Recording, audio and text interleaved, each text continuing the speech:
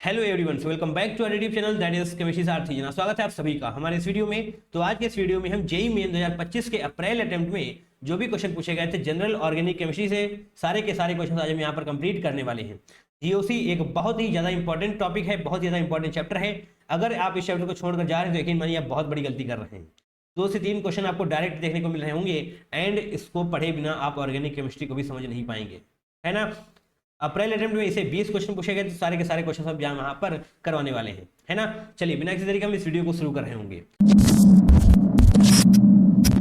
Now question number 1 क्या है ये, द आईयूपीएसी नेम। यहाँ पर आपको आईयूपीएसी नेमिंग करनी है भैया।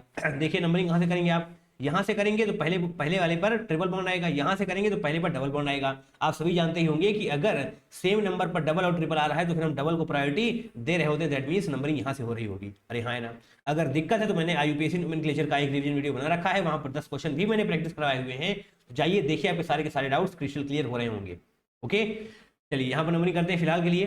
1 2 3 4 5 6 एंड 7, यानी कि यहाँ पर 7 कार्बन आपके पास है तो हेप्ट होना चाहिए। हेप्ट सभी में है, अच्छा ठीक है। तो भैया यहाँ पर देखिए कुछ भी तो है नहीं, यहाँ पर ओल इसको लिख रहे होंगे, हाइड्रोक्सी लिखने की गलती बिल्कुल भी ना करें आप यहाँ पर। तो क्या करेंगे, हेप्ट 2 इन 6 आइन, है ना। 2 इन नहीं 1 इन, है ना। हेप्ट 1 इन 6 आइन, हेप्ट 1 इन 6 आइन 4 ओल, बिल्कुल सही बात है। ऑप्शन नंबर 4 आपका बिल्कुल सही हो रहा होगा। पहले 7 कार्बन लिखेंगे आप, उसके बाद कहां पर डबल बॉन्ड है 1 इन, देन ट्रिपल बॉन्ड 6 आइन, है ना 6 आइन। उसके बाद आकर के आपको यहाँ पर 4 ओल लिखना होगा। आप समझ रहे होंगे कि आइन की स्पेलिंग तो ये होती है, बट यहाँ पर वाई एन लिखा हुआ है। तो आपकी जानकारी के लिए मैं बता दूं, ई को आप ड्रॉप कर देते हैं कब, जब यहाँ पर ए ई आई ओ यू या फिर वाई होता है तो, ठीक है। यहाँ पर ओ है तो आपने इस ओ की वजह से यहाँ की ई को ड्रॉप कर दिया है। Alright, any issue? I don't think so, है ना। आगे बढ़ते हैं, क्वेश्चन नंबर 2 को देख लेते हैं अब हम। करेक्ट आईयूपीएसी नेम देखिए, यहाँ पर NO2 है, यहाँ पर ब्रोमीन है, यहाँ पर OH है और यहाँ पर क्या है COOH, यानी कि इसकी प्रायोरिटी सबसे ज्यादा होती है। दैट मीन्स नंबरिंग की शुरुआत आप यहीं से कर रहे होंगे तो 1 आप यहाँ पर लिख दीजिए, बाकी हम बाद में देख लेंगे। आप इधर आएंगे तो तीसरे वाले कार्बन पर आपको NO2 दिखाई दे रहा होगा, इधर आएंगे तो दूसरे कार्बन पर ही आपको OH मिल जाएगा। That means lowest locant rule को फॉलो करते हुए हम इस प्रकार से आगे बढ़ रहे होंगे। 4 5 एंड 6 यहाँ पर आ जाएगा। अरे हाँ है ना, ठीक है। देखिए अब COH यानी कि ये तो इतना पूरा आपका हो गया कार्बोक्सिलिक एसिड, मतलब बेंजोइक एसिड बोलेंगे, कार्बोक्सिलिक नहीं बोलेंगे। इतना आपका हो गया बेंजोइक एसिड, ठीक है। अब इसके अलावा देखिए OH, ब्रोमीन एंड NO2 को आप नाइट्रो लिखने वाले हैं, OH को आप क्या लिखने वाले हैं, हाइड्रोक्सी, है ना, हाइड्रोक्सी लिखने वाले हैं। ब्रोमीन को आप मतलब ब्रोमीन को ब्रोमीन लिखने वाले हैं। बताइए अल्फाबेटिकल ऑर्डर में पहले कौन आएगा, ऑब्वियस सी बात है B आएगा, उसके बाद H आएगा, उसके बाद N आएगा। तो पहले ब्रोमीन की नंबरिंग करेंगे हम, यानी कि 3 ब्रोमो हाइड्रोक्सी, यहाँ पर है ना 3 ब्रोमो 2 हाइड्रोक्सी, 3 ब्रोमो 2 हाइड्रोक्सी होना चाहिए। ऑप्शन नंबर फर्स्ट बिल्कुल सही हो जाएगा। देखिए 3 bromo 2 hydroxy 5 nitro, 3 bromo 2 hydroxy 5 nitro benzoic acid.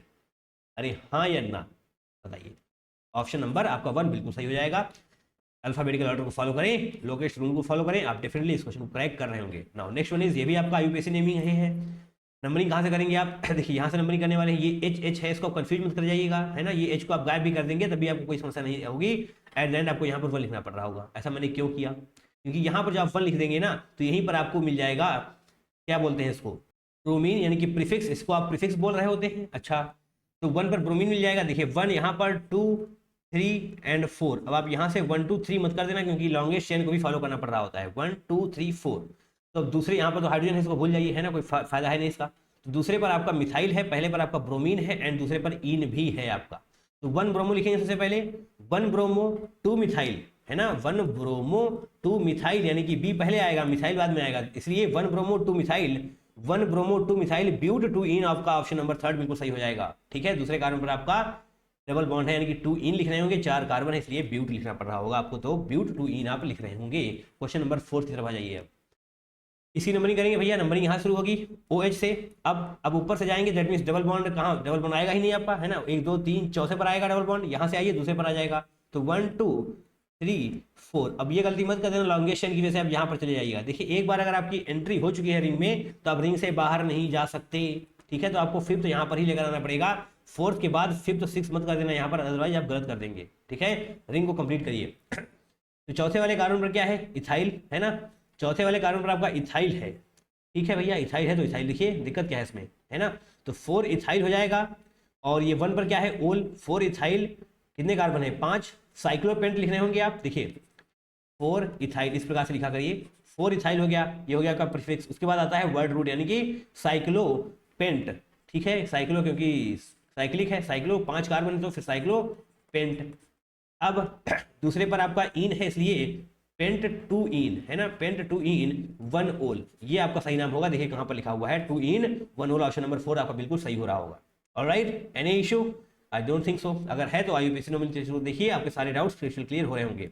ना क्वेश्चन नंबर 5, जो अभी तक आप क्वेश्चन देख रहे थे वो आसान थे, बट ये क्वेश्चन बहुत ही शानदार है। यहां पर आपसे कहा गया है the most stable and least stable carbon radicals respectively produced by homolytic cleavage. अच्छा, होमोलिटिक क्लीवेज हो रही होती है, ये क्या होता है, जैसे कि कार्बन कार्बन यहाँ पर डबल बॉन्ड है, ये मतलब ये वाला बॉन्ड आपने तोड़ा, ऐसे बॉन्ड तोड़ा तो यहाँ पर ऐसे रेडिकल दोनों तरफ आपको देखने को मिल रहा होगा, इसी को आप बोलते हैं होमोलिटिक क्लीवेज, ठीक है। चलिए भैया देख लेते हैं, अच्छा क्वेश्चन है यहाँ पर 1 2 3 4 है ना, तो होमोलिटिक क्लीवेज दिखाते हैं आपको कैसे होने वाला है। यहाँ से ये वाला हाइड्रोजन है, इस बॉन्ड को तोड़कर भगा दीजिए, तो यहाँ पर आपका कार्बन रेडिकल बन रहा होगा, आपको सिर्फ और सिर्फ कार्बन रेडिकल पर ध्यान देना है, ठीक है। तो ये आपका रेडिकल हो गया। यहाँ पर आप इस हाइड्रोजन को देखिए, मैं दिखा देता हूँ आपको, जैसे कि ये है CH2 है ना, तो CH2 ऐसे हो जाएगा।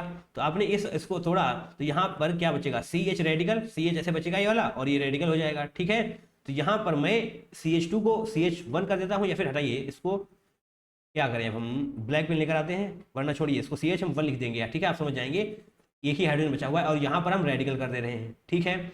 यहाँ पर एक ही हाइड्रोजन, तो ये हाइड्रोजन गायब हो जाएगा, यानी कि इसको आप हटा सकते हैं यहाँ से, और अब यहाँ पर भी आप रेडिकल कर पा रहे होंगे, ठीक है।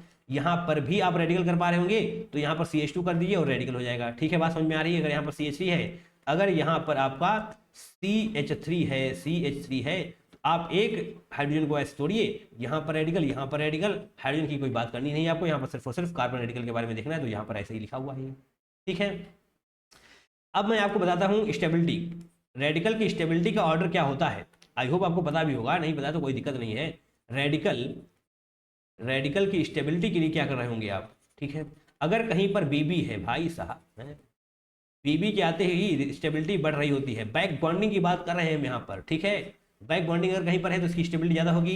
बैक बॉन्डिंग के बाद हम रेजोनेंस को चेक कर रहे होंगे, अगर रेजोनेंस है तो फिर स्टेबिलिटी ज़्यादा होगी। उसके बाद अगर दोनों चीज़ें नहीं है तो हम 3 डिग्री 2 डिग्री एंड 1 डिग्री के हिसाब से स्टेबिलिटी को दे रहे होंगे। ये आपको आपकी रेडिकल स्टेबिलिटी का ऑर्डर पता होना चाहिए, ठीक है। अब इन चारों में आप देखेंगे तो आपको कहीं पर भी, आई रिपीट, कहीं पर भी बैक बॉन्डिंग देखने को नहीं मिल रही होगी। तो कहीं पर रेजोनेंस मिलेगा क्या? हाँ, रेजोनेंस आपको मिल रहा है। ध्यान से देखिए आप कहाँ पर आपको रेजोनेंस मिल रहा है।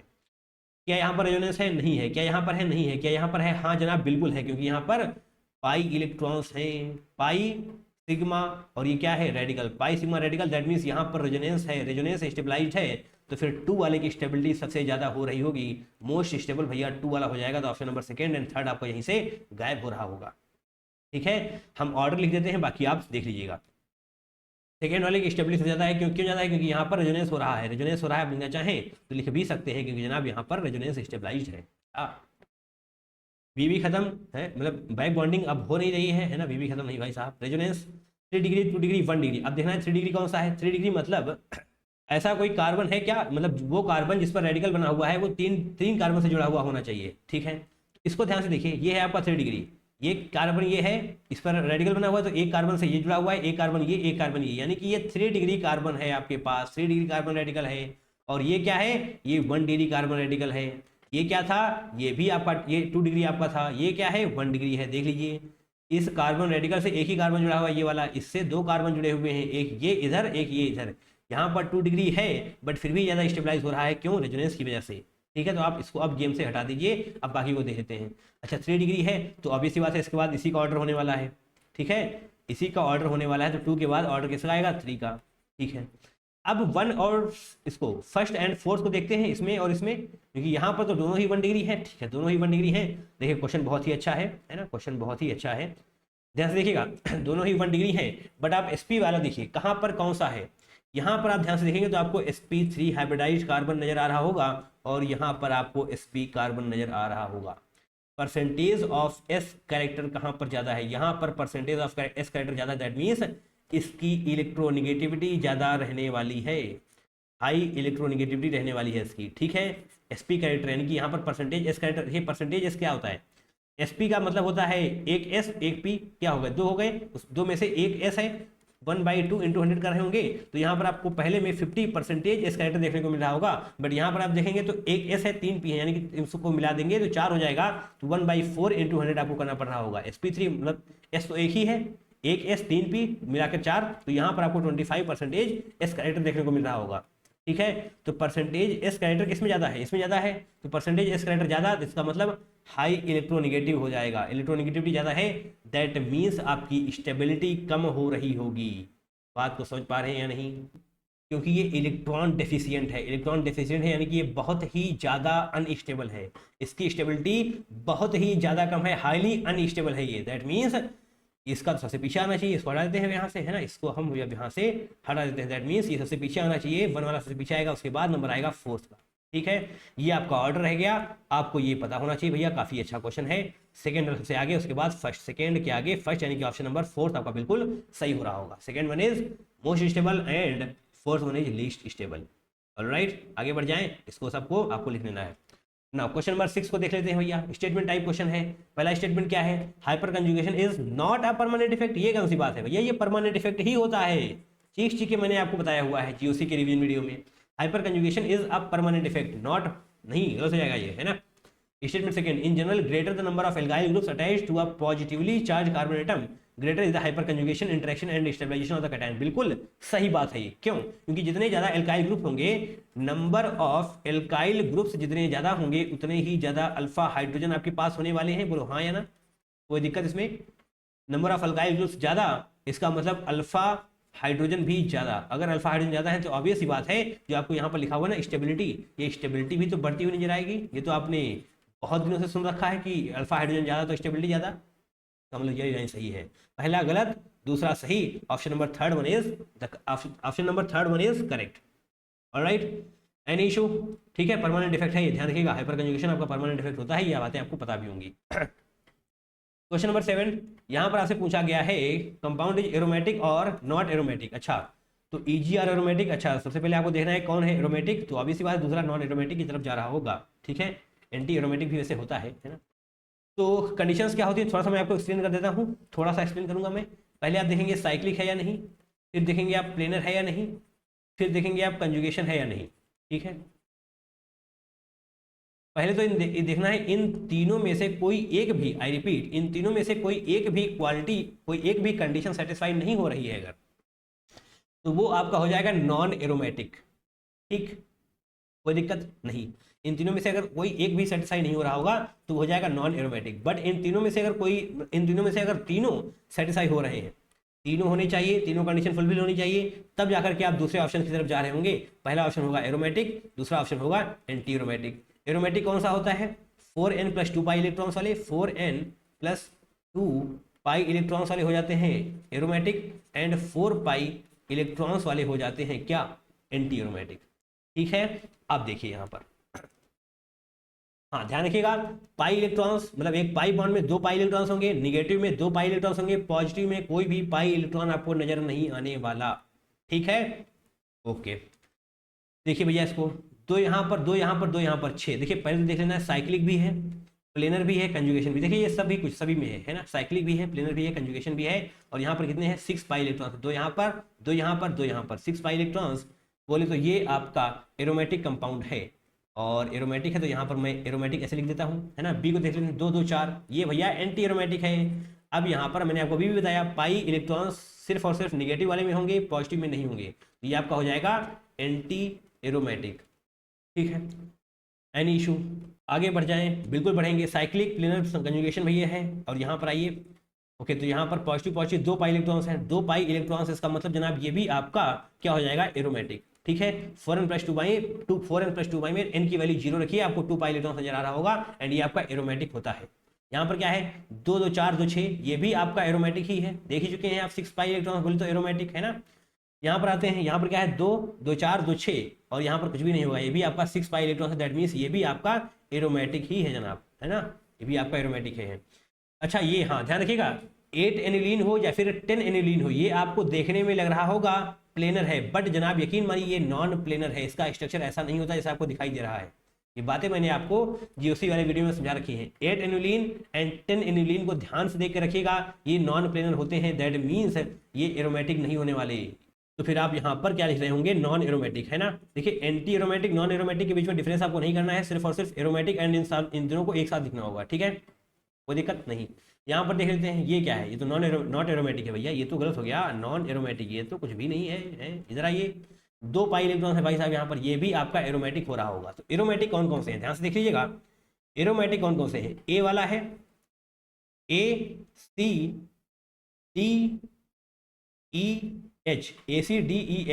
ACDEH is aromatic, option number 4 सही हो जाएगा आपका। And BFG are not aromatic, BFG are non aromatic, ठीक है। एनी इशू, अच्छा क्वेश्चन है, पढ़िए, काफी ज्यादा इंपॉर्टेंट है, कई बार इस टॉपिक पर क्वेश्चन आपसे पूछे जाते हैं। नाउ क्वेश्चन नंबर 8 ध्यान से देखिए, स्टेटमेंट टाइप क्वेश्चन है। तो पहला स्टेटमेंट क्या है आपके पास, the dipole moment of CH3CH, double bond है यहाँ पर, डबल बॉन्ड CH-CHO, यानी कि क्या है ये, क्रोटोनल्डिहाइड है ये, क्या है भैया ये, क्रोटोनल्डिहाइड है ना, क्रोटोनल्डिहाइड, ठीक है जनाब, अच्छी बात है ये। आगे CH3 CH2 CH2 CHO, यानी कि ये तो आपका है ब्यूटेनल, 4 कार्बन है इसलिए हमने एल्डिहाइड ऐसे है तो इसका नाम देंगे तो ब्यूटेनल हो जाएगा अल, यानी कि एल्डिहाइड, ओके। तो आपसे पूछा गया है इसमें डाइपोल मोमेंट क्या क्रोटोनल्डिहाइड का ज्यादा है, जी हाँ बिल्कुल ज्यादा है, क्यों ज्यादा है, ध्यान से देखिए यहाँ पर डबल सिंगल डबल दिखाई दे रहा है, डबल सिंगल डबल, यानी कि यहाँ पर आपको कंजुगेशन दिखाई पड़ रहा है, कंजुगेशन होने की वजह से जो इलेक्ट्रॉन फ्लो है वो सेम डायरेक्शन में होने वाला है। डबल सिंगल डबल कंजुगेशन है, कंजुगेशन की वजह से इलेक्ट्रॉन फ्लो सेम डायरेक्शन में होगा, इसकी वजह से इसका डाइपोल मोमेंट ज्यादा हो जाने वाला है ब्यूटेनल से। यहाँ पर आपको कोई भी कंजुगेशन वगैरह देखने को नहीं मिल रहा होगा, तो आपका स्टेटमेंट 1 बिल्कुल सही हो जाएगा, ठीक है। अच्छा स्टेटमेंट है, ध्यान से देखिएगा, कोई भी गलती आपसे नहीं होनी चाहिए। डबल सिंगल डबल कंजुगेशन की वजह से ही यहाँ पर डाइपोल मोमेंट इसका ज्यादा हो रहा है क्रोटोनल्डिहाइड के केस में।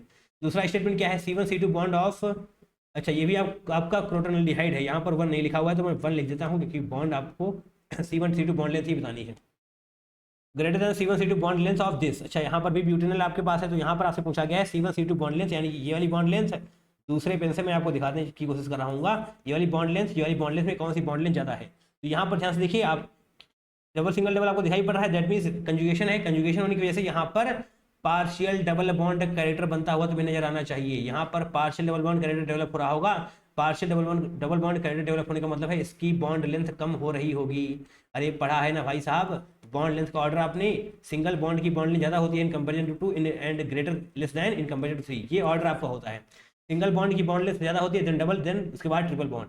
तो यहाँ पर पार्शियल डबल बॉन्ड कैरेक्टर बन रहा है, सिंगल से डबल की तरफ जाने की कोशिश करी जा रही है, सिंगल से डबल की तरफ जाने की कोशिश करी जा रही है, दैट मीन्स बॉन्ड लेंथ कम हो रही होगी, बॉन्ड लेंथ कम हो रही होगी, दैट मीन्स यहाँ पर ग्रेटर नहीं स्मॉलर होना चाहिए, ठीक है। स्टेटमेंट सेकंड आपका गलत हो जाएगा, क्योंकि यहाँ पर कंजुगेशन की वजह से partial double bond character develop हो रहा है, तो बॉन्ड लेंथ यहाँ पर कम हो रही है इसके कंपेरिजन में।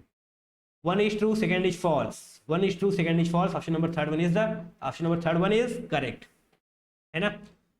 चलिए क्वेश्चन नंबर 9 को देख लेते हैं भाई साहब, लिस्ट 1 लिस्ट 2। लिस्ट 1 में क्या है, carbocation, carbon free radical, nucleophile, electrophile.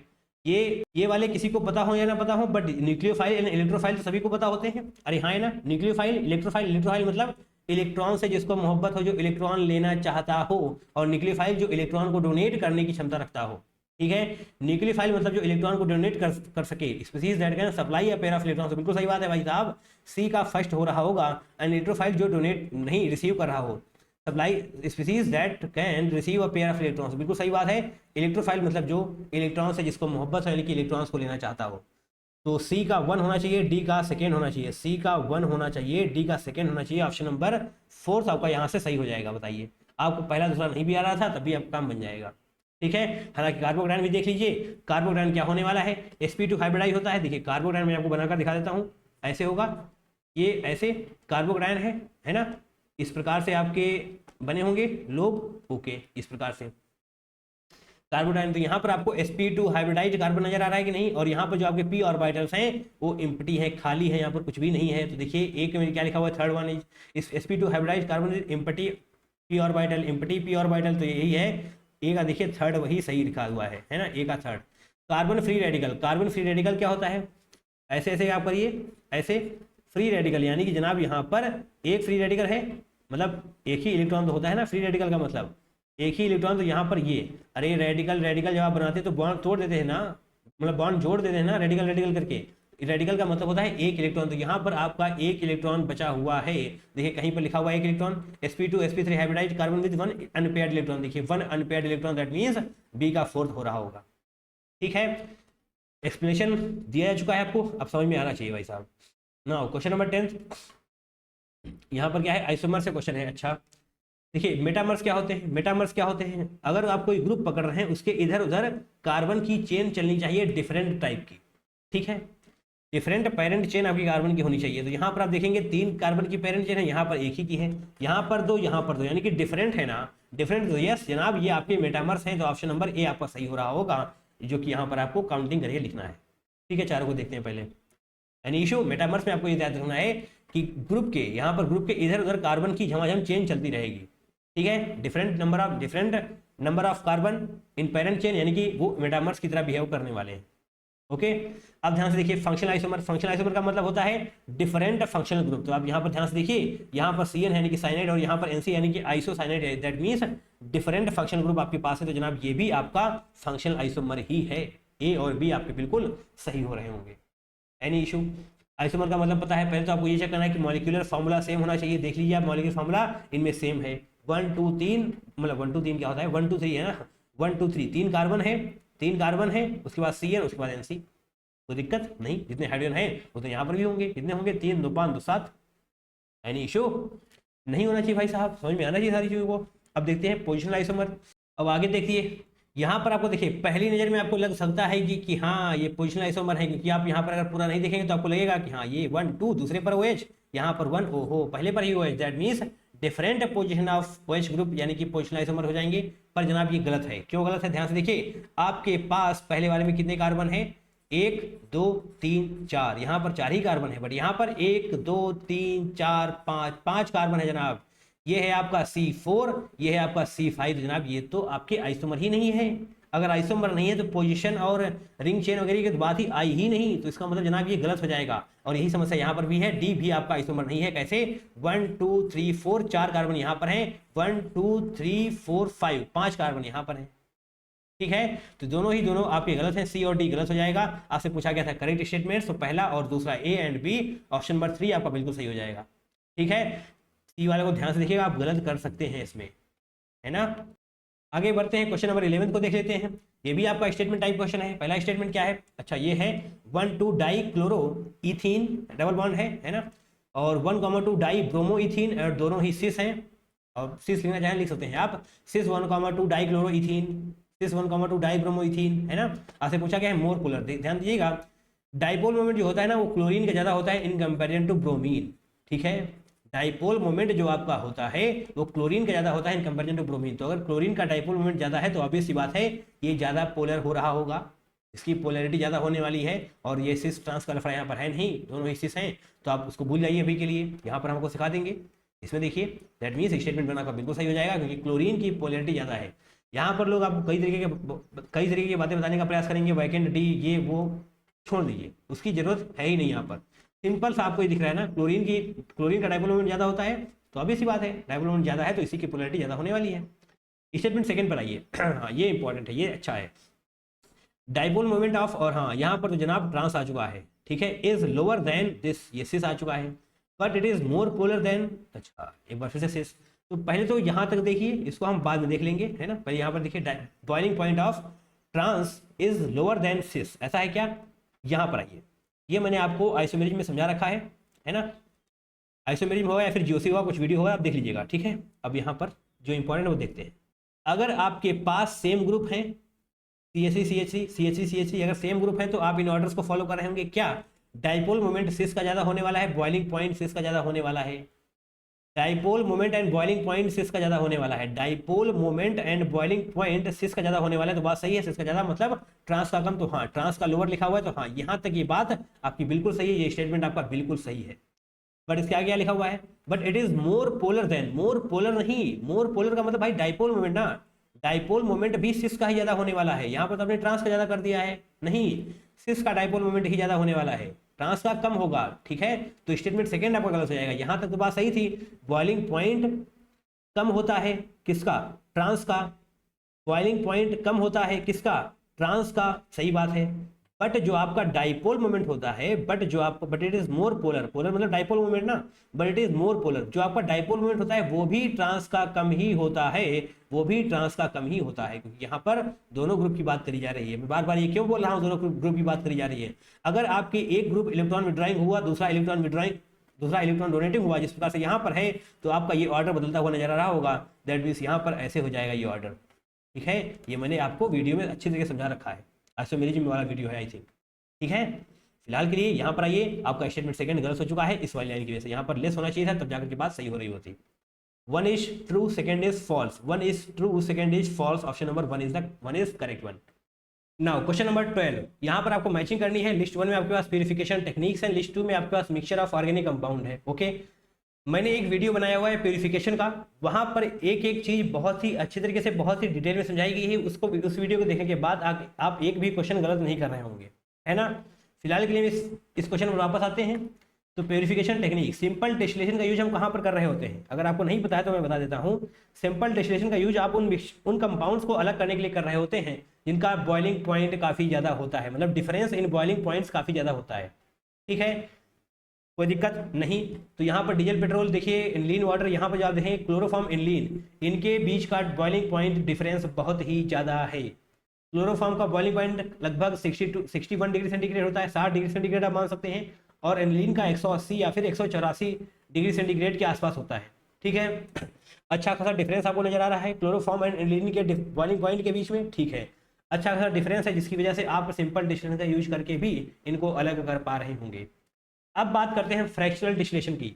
इसका यूज हम करते हैं जहां पर मतलब जिन ऑर्गेनिक कंपाउंड्स के बॉइलिंग पॉइंट का डिफरेंस बहुत ज़्यादा नहीं होता है, यानी कि बहुत ही कम होता है, ठीक है।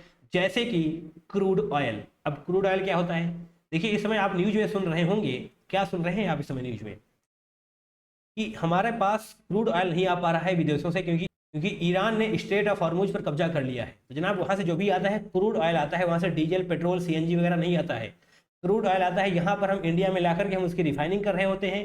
डीजल पेट्रोल हर तरीके की चीज़ें, सीएनजी पीएनजी या फिर जितनी भी चीज़ें होती हैं उनको हम अलग कर रहे होते हैं, चाहे वो किसी प्रकार का फ्यूल हो, ठीक है, उसको हम अलग कर रहे होते हैं। उसको अलग किस मेथड से कर रहे होते हैं, हम फ्रैक्शनल डिस्टिलेशन का यूज करके अलग कर रहे होते हैं, क्योंकि डीजल पेट्रोल जैसी चीज़ों के बीच में बॉइलिंग पॉइंट डिफरेंस ज़्यादा नहीं होता है। तो यहाँ पर ऑप्शन नंबर सेकेंड हो जाएगा, सॉरी सेकेंड नहीं फर्स्ट, ये क्या मैंने फर्स्ट लिख दिया वहाँ पर, फर्स्ट नहीं थर्ड होगा ना यार, थर्ड होगा, ए का थर्ड हो जाएगा, बी का फर्स्ट हो रहा होगा, ठीक है। Fractional distillation diesel and petrol के केस में आप यूज कर रहे होंगे, क्योंकि इनके बीच का डिफरेंस इन बॉइलिंग पॉइंट काफ़ी कम है। डिस्टिलेशन अंडर रिड्यूस्ड प्रेशर, जब भी रिड्यूस्ड प्रेशर की बात करी जा रही होगी, आप स्पेंट लाइफ पर थोड़ा सा ध्यान रखिएगा, आपको मैक्सिमम केसेस में इसी से आंसर आपका मिल जाएगा, ठीक है। सी का हो जाएगा फोर्थ। आपको थोड़ा सा एक्सप्लेन कर देता हूं मैं।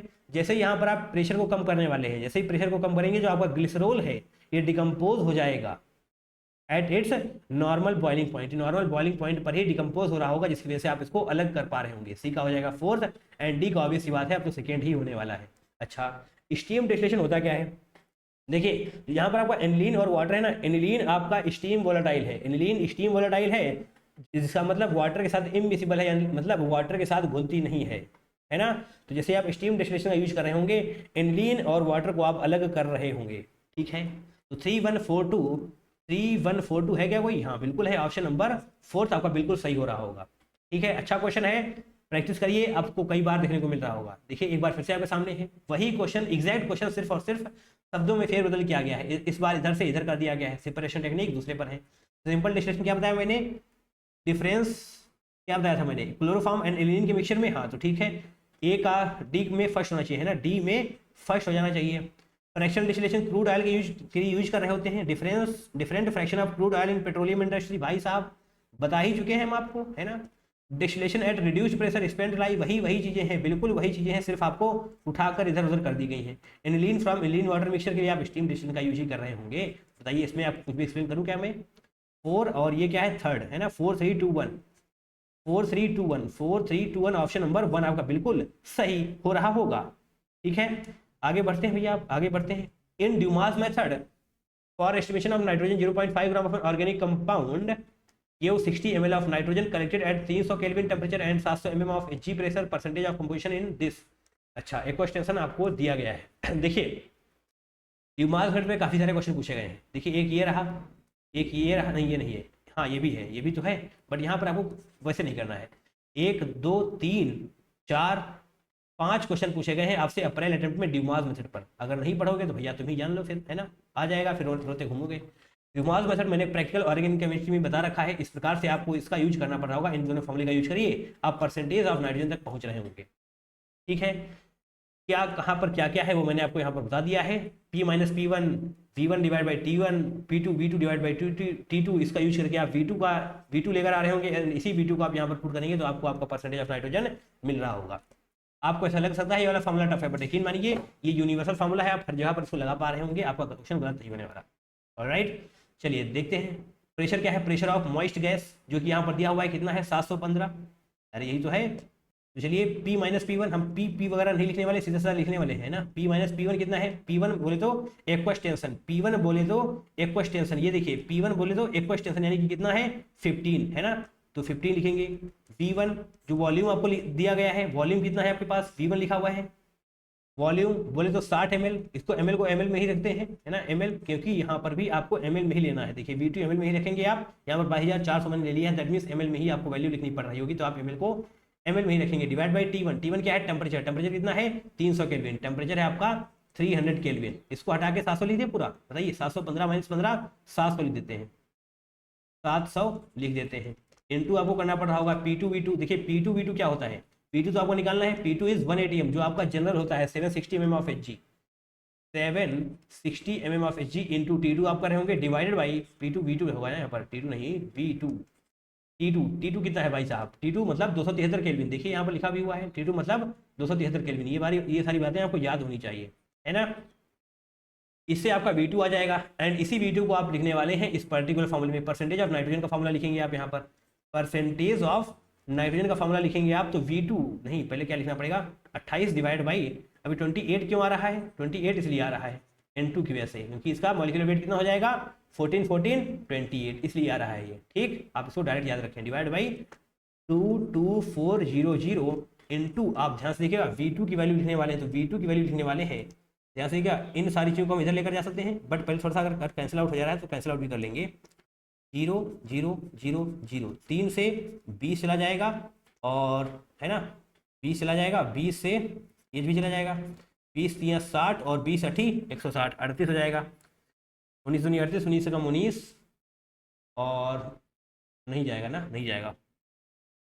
ठीक है, तो इतना तो हो गया, ये सारा कैंसिल आउट हो चुका है। 273 गुणे 7, 273 गुणे 7 हम कर रहे होंगे, ध्यान से देखते रहिएगा, 273 into 7 divide by 38, divide by 38, ये आपने लिख दी है V2 की वैल्यू ml में, V2 की वैल्यू आपने लिख दी है ml में, डिवाइड बाई आपको करना पड़ रहा होगा weight of organic compound into 100।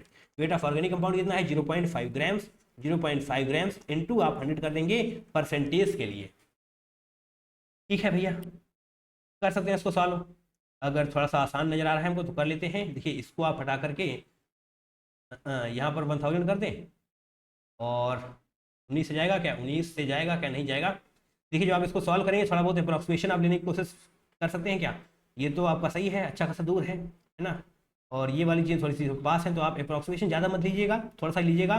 जो आपका एट द एंड आंसर मिलने वाला है वो ये आने वाला है 12.57% आपका करेक्ट आंसर हो रहा होगा। ठीक है, एनी इशू, बाकी आप यहाँ से 4 से कैसे आउट करके दे सकते हैं, 4 7 28 हो जाएगा, 4 5 20, 4 6 24, 0 0 है ना, और 0 0 0 0। ठीक है, 5 दूनी 10, यहाँ पर 2 आ जाएगा, 2 से आप करेंगे 19 आ जाएगा, है ना, थोड़ा थोड़ा क्रॉस करिए, आपको आंसर आपको मिल रहा होगा, है ना। 12.57 आपका करेक्ट आंसर हो जाएगा। Now question number 15, during estimation of nitrogen by Dumas method of compound X, ये आपका कंपाउंड X रहा, है ना, इसका वेट कितना है 0.42 ग्राम, आपको दिखाई नहीं पड़ रहा होगा तो मैं बाहर लिख देता हूँ भाई साहब, X का वेट कितना है 0.42 ग्राम्स। ठीक है, आपसे पूछा गया कितने वॉल्यूम N2 गैस रिलीज होने वाली है एट STP। ठीक है, ये आपका पहली बात तो ये देखिए आपका कंपाउंड कौन सा है, नाम पता है, अच्छी बात है, नहीं पता है बट फिर भी देख लीजिए एक बार, पाइपराजीन इसको आप बोलते हैं, क्या बोलते हैं इसको, पेपराजीन, यानी कि इसका नामकरण हम कर देते हैं PIPERAZINE। पता था, अच्छी बात है, नहीं पता है कोई दिक्कत नहीं है। ठीक है, आपको यहाँ पर मोल्स निकालने पड़ेंगे, है ना, क्योंकि यहाँ पर आप किसका यूज करने वाले हैं, POAC यानी कि प्रिंसिपल ऑफ एटम कंजर्वेशन, ठीक है, इसका यूज आप करने वाले हैं। तो यहाँ पर मोल्स की जरूरत पड़ेगी आपको। Okay okay okay. तो यहाँ पर पहले तो मॉलिक्यूलर मास निकालिए इसका, इसका मॉलिक्यूलर वेट कितना होने वाला है, मॉलिक्यूलर वेट कितना होने वाला है, कार्बन कितने होने वाले हैं। तो पहली बात तो मॉलिक्यूलर वेट से पहले मॉलिक्यूलर फार्मूला निकालिए, है ना। अब इसका कुछ और मतलब मत निकालना तुम। यहाँ पर आप कार्बन की काउंटिंग करिए तो यहाँ पर कार्बन नहीं, यहाँ पर नाइट्रोजन है ना। तो कार्बन कितने हैं, 1 2 3 4, 4 कार्बन है आपके पास, 2 नाइट्रोजन है, 1 और 2, 2 नाइट्रोजन है। हाइड्रोजन कितने हैं, 1 2 3 4 5 6 7 8 9 10, 10 हाइड्रोजन है यहाँ पर आपके पास। तो इनका मॉलिक्यूलर फार्मूला क्या हो जाएगा, molecular weight, same molecular weight कितना हो जाएगा, 12 चौके 48 और 14 दूनी 28, है ना, और 10 इसका हो जाएगा। जब इसको सॉल्व करेंगे तो कितना आएगा, 8 8 16, 86 आ रहा होगा इसका मॉलिक्यूलर वेट। इसका कितना हो जाएगा, 86। आपके पास इसका वेट दिया हुआ है 0.42। ओके, अब ध्यान से देखिएगा, एक मोल, ध्यान से देखिएगा, एक मोल पाइपराजीन से 1 मोल N2 गैस आपको मिलने वाली है, क्योंकि एक नाइट्रोजन ये रहा, एक नाइट्रोजन ये रहा। एक मोल पाइपराजीन से आपको 2 नाइट्रोजन मिलने वाले हैं, यानी कि 1 मोल पाइपराजीन से 1 मोल N2 गैस आपको मिल रही होगी। बोलिए ये बात आपको समझ में आ रही है या नहीं आ रही है? आ रही है ना, बिल्कुल सही बात है। तो इसका मतलब इसके मोल्स को आप इक्वेट कर सकते हैं मोल्स ऑफ N2 गैस से। बोलो, कर सकते हो ना, आप लिखना चाहें तो लिख सकते हैं 1 मोल पाइपराजीन gives out 1 mole of N2 gas, 1 mole of N2 gas, ठीक है। तो इसका मतलब दोनों के मोल्स को आप इक्वेट कर सकते हैं। तो n ऑफ, इसको हम x बोल लेते हैं, बार बार लिखने में दिक्कत हो रही है, n of x is equal to n of N2 gas, ठीक है।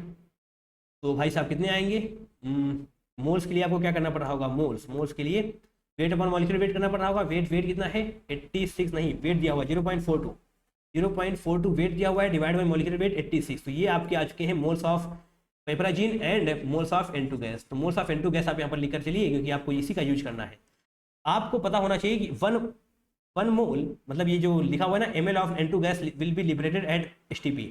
1 मोल 22,400 ml गैस को लिबरेट कर रहा होता है, जैसे कि आपको पता होना चाहिए। 1 STP आगे स्पेस नहीं है, तो यहीं पर मैं लिख देता हूँ 1 मोल ऑफ एनी गैस, है ना, occupies 22400 ml of gas at STP, ठीक है।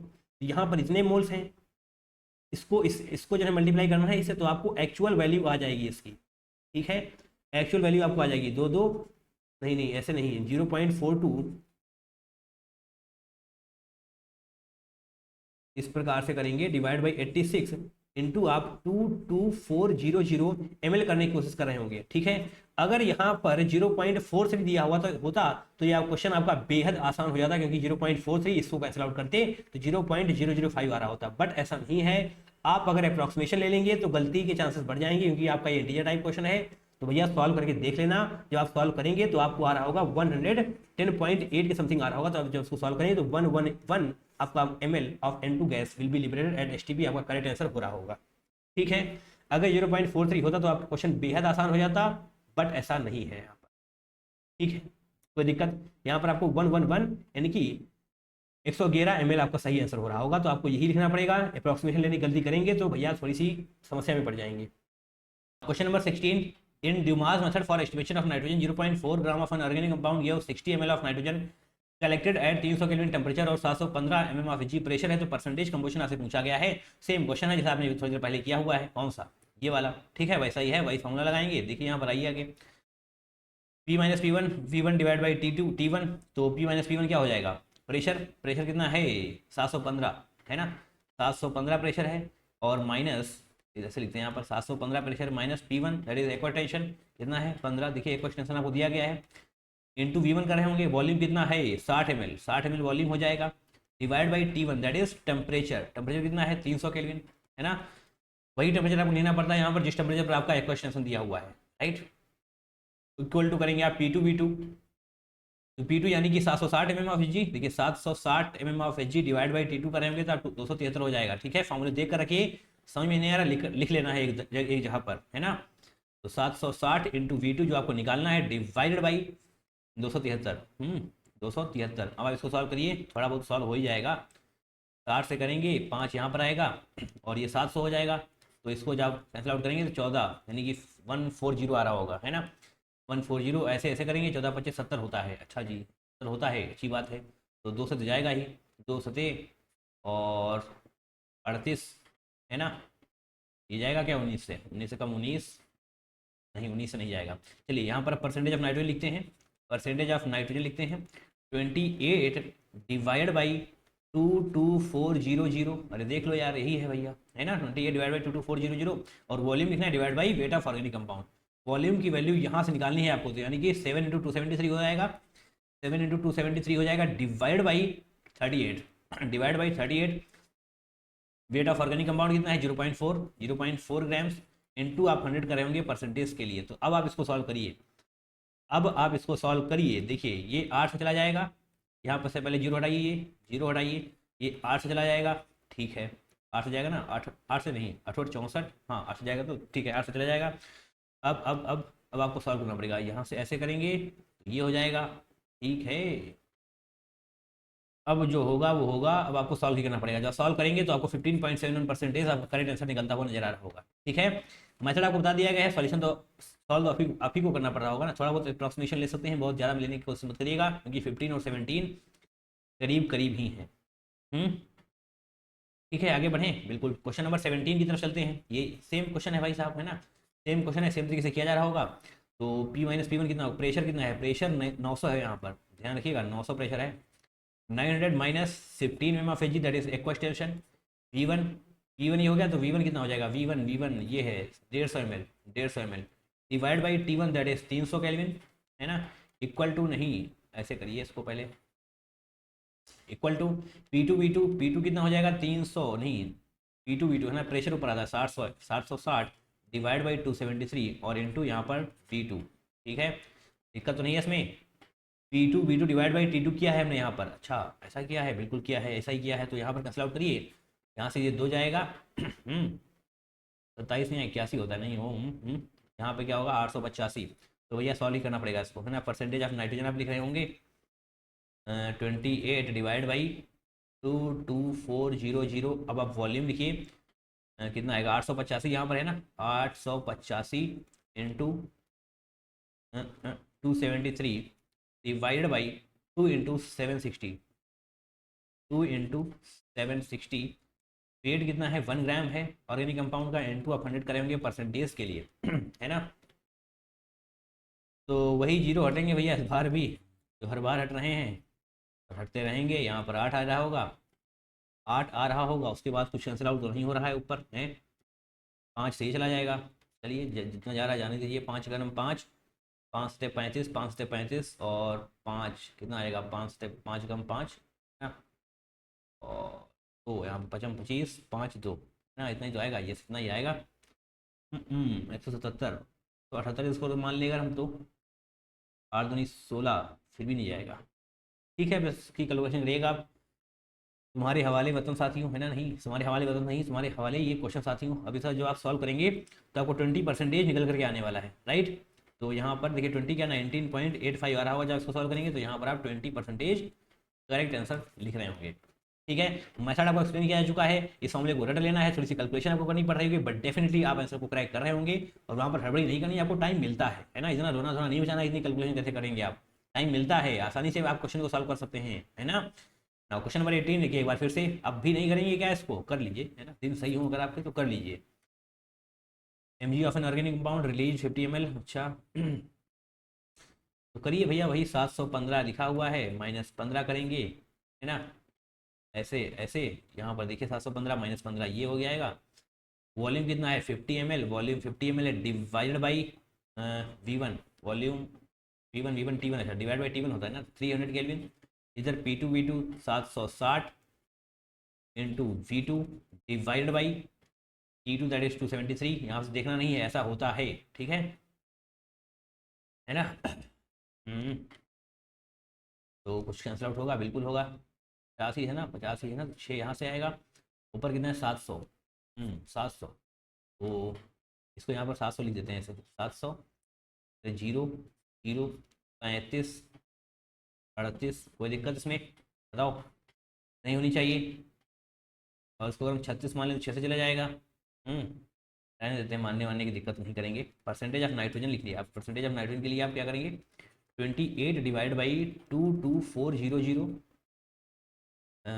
वॉल्यूम, वॉल्यूम कितना है, यहाँ पर V2 को रोक के रखेंगे जब 273 इधर आ जाएगा, 35 इंटू 273 डिवाइड बाई 6 इंटू 38। अब आपको लिखना है वेट ऑफ ऑर्गेनिक कंपाउंड। ध्यान से देखिए, यहाँ पर मिलीग्राम में है आपके पास, आपको लिखना किसमें होता है, ग्राम्स में।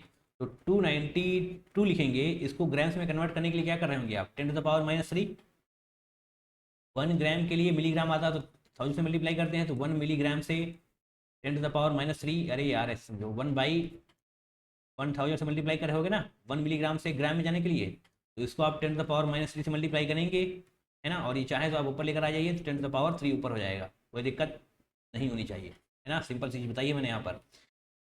और हाँ, परसेंटेज के लिए आप 100 से मल्टीप्लाई भी कर रहे होंगे।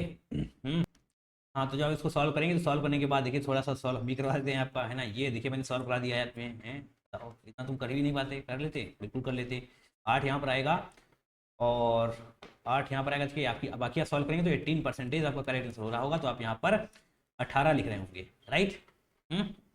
ठीक है ना। Question number 19, this is very very important. Question number 19 देखेंगे, the first ion is more stable then the second. तो यहाँ पर आपको देखना है, हर जगह दो दो है, तो यहाँ पर देखना है कि पहला वाला किसमें ज़्यादा स्टेबल है, ठीक है।